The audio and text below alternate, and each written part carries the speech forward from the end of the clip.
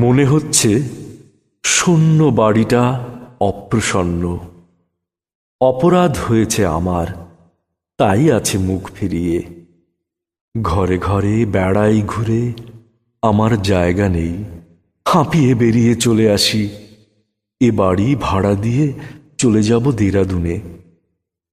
অমলির ঘরে ঢুকতে পারিনি বহুদিন, মোচড় যেন দিত বুকে। ভাড়াটে আসবে, ঘর দিতেই হবে সাফ করে, তাই খুললেম ঘরের তালা।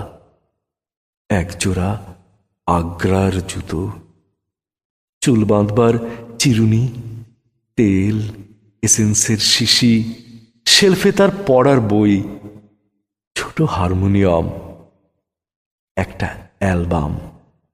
ছবি কেটে কেটে জুড়েছে তার পাতায়। আলনায় তোয়ালে, জামা, খদ্দরের শাড়ি। ছোট কাঁচের আলমারিতে নানা রকমের পুতুল, শিশি, খালি পাউডারের কৌটো। চুপ করে বসে রইলেম চৌকিতে, টেবিলের সামনে। লাল চামড়ার বাক্স স্কুলে নিয়ে যেত সঙ্গে। তার থেকে খাতাটি নিলেম তুলে, আঁক কষবার খাতা। ভিতর থেকে পড়ল একটা আখোলা চিঠি, আমারই ঠিকানা লেখা, অমলির কাঁচা হাতের অক্ষরে। শুনেছি ডুবে মরবার সময় অতীতকালের সব ছবি এক মুহূর্তে দেখা দেয় নিবিড় হয়ে। চিঠিখানি হাতে নিয়ে তেমনি পড়ল মনে, অনেক কথা এক নিমেষে।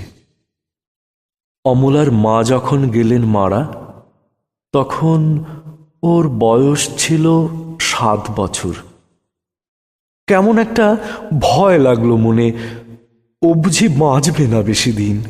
কেননা বড় করুণ ছিল ওর মুখ, যেন অকাল বিচ্ছেদের ছায়া ভাবিকাল থেকে উল্টে এসে পড়েছিল ওর বড় বড় কালো চোখের ওপরে। সাহস হতো না ওকে সঙ্গ ছাড়া করি। কাজ করছি অফিসে বসে, হঠাৎ মনে হতো যদি কোনো আপদ ঘটে থাকে। বাঁকিপুর থেকে মাসি এলো ছুটিতে।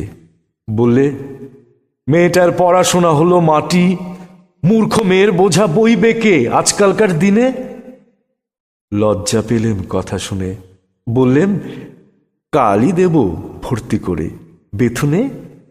স্কুলে তো গেল, কিন্তু ছুটির দিন বেড়ে যায় পড়ার দিনের চেয়ে। কতদিন স্কুলের বাস অমনি যেত ফিরে। সে চক্রান্তে বাপেরও ছিল যোগ। ফিরে বছর মাসি এলো ছুটিতে। বললে, এমন করে চলবে না, নিজে ওকে যাব নিয়ে বোর্ডিংয়ে দেব বেনারসের স্কুলে। ওকে বাঁচানো চাই বাপের স্নেহ থেকে। মাসির সঙ্গে গেল চলে। অশ্রুহীন অভিমান নিয়ে গেল বুক ভরে, যেতে দিলেম বলে। বেরিয়ে পড়লেম বদ্রীনাথের তীর্থযাত্রায়, নিজের কাছ থেকে পালাবার ঝোঁকে। 4 মাস খবর নেই। মনে হলো গ্রন্থি হয়েছে আলগা গুরুর কৃপায়। মেয়েকে মনে মনে সঁপে দিলেন দেবতার হাতে। বুকের থেকে নেমে গেল বোঝা। 4 মাস পরে এলেম ফিরে।